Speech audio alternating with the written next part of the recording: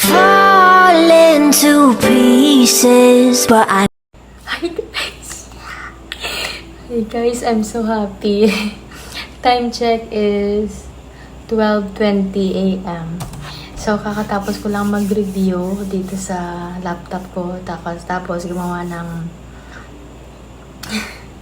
ng report para sa reporting ko sa aking reporting sa ano ba yan? Hindi na ako makapagsalita kasi sobrang saya ko guys.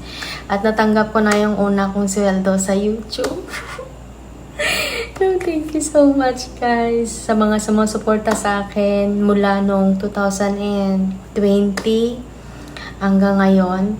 After how many years guys, ngayon lang talaga ako nakapagsahod sa YouTube kasi hindi ako nag-upload madalas. So, ngayon guys, nag-pursue na ako mag-upload sa YouTube. At saka, ito na nga, natanggap ko na yung aking sahod. So, bali, nakuha ko siya by bank transfer kasi hindi na gumagana yung Western Union. So, ipapakita ko na lang yung clips guys kung paano ko siya pinrases. Thank you so much guys sa mga sumusuporta. I hope hindi kayo magsamang support. And sa mga nanonood ng mga videos ko at nag-share, nagla-like kahit konti lang yung mga nanonood, at least kahit mag-upload ako, meron pa rin nanonood. So, salamat talaga guys. And worth it naman. Hindi ako makapaniwala nung tinignan ko yung aking sa PNB ko.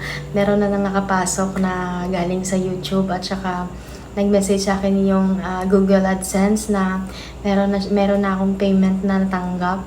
So, thank you. So, yan na nga guys. So, bago ko na-receive yung aking payment, kailangan pala natin magkaroon ng $100 threshold. So, kung hindi mo yan maaabot, hindi ka magkakaroon ng payment. So, pagkatapos mong ma-reach yun, may message sa'yo si Google AdSense na andyan na yung iyong payment at pwede mo nang i-claim sa Western Union or sa any bank kung saan yung iyong available na bank.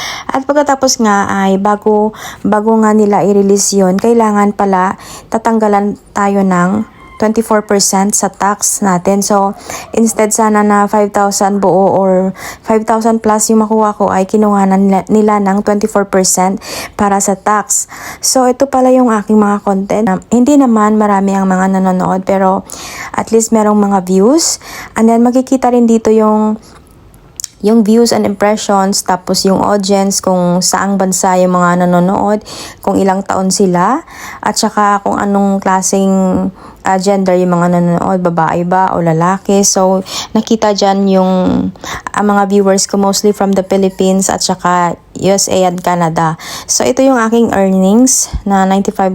Yan lang ang nakuha ko sa $100 na aking sahod. So, thank you so much guys. Not to brag, but to inspire na huwag kayong sumukong mag-vlog and then just continue.